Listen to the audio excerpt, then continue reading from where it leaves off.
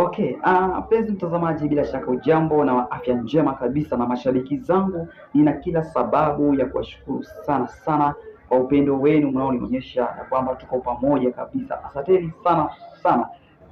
Timotheo wa kwanza 4 mstari wa 12, neno la Mungu linasema, mtu awaye yote asikudharau ujana wako, bali uwe kielelezo kwa waaminio katika usemi na mwenendo, na katika upendo na imani na usafi.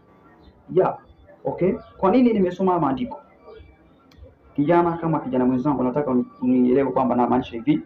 Wewe kama kijana unatakiwa ujitambue kwamba wewe ni nani katika jamii, wewe ni nani ukiwa kanisani, wewe ni nani katika taifa hili. Na ndio maana huwa anasema kwamba kabla watu hawajakukubali lazima wewe mwenyewe ujikubali katika ujana wako, kwamba mimi ni kijana, ninaweza kufanya kazi fulani katika jamii, ama ninaweza nikawa kielelezo kizuri katika jamii, nikatolewa mfano mzuri katika jamii kwamba kijana yule aliwe hivi na hivi na hivi, kuliko wewe mwenyewe unashindwa kujielewa kwamba mimi ni nani. Inakuwa changamoto. Na ndio maana mwisho siku leo hii tumekuwa vijana wa ajabu ajabu, tunashindwa hata kuwatengeneza wadogo zetu kutokana na tabia zetu tunazozionyesha wenyewe, tujitambui, kitu ambacho kiwezekana. Sasa kama wewe ujitambui, je, wadogo zako je? Yaani wewe hapo ndo unatakiwa wewe waongoze wadogo zako kwamba mimi hivi na hivi, tabia zako, yani inamaanisha tabia zako zote, tabia zako ziwe hivi na hivi na hivi. Umeona?